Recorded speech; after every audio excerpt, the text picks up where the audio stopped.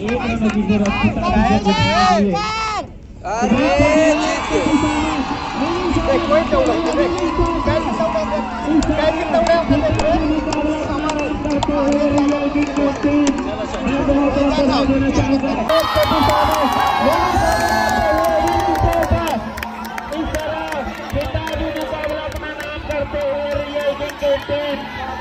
बहुत बधाई देना चाहूंगा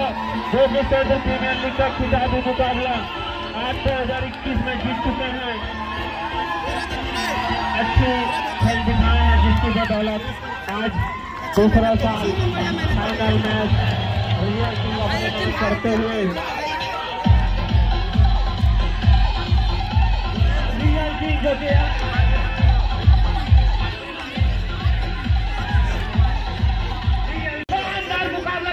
मुकाबला जीतते हुए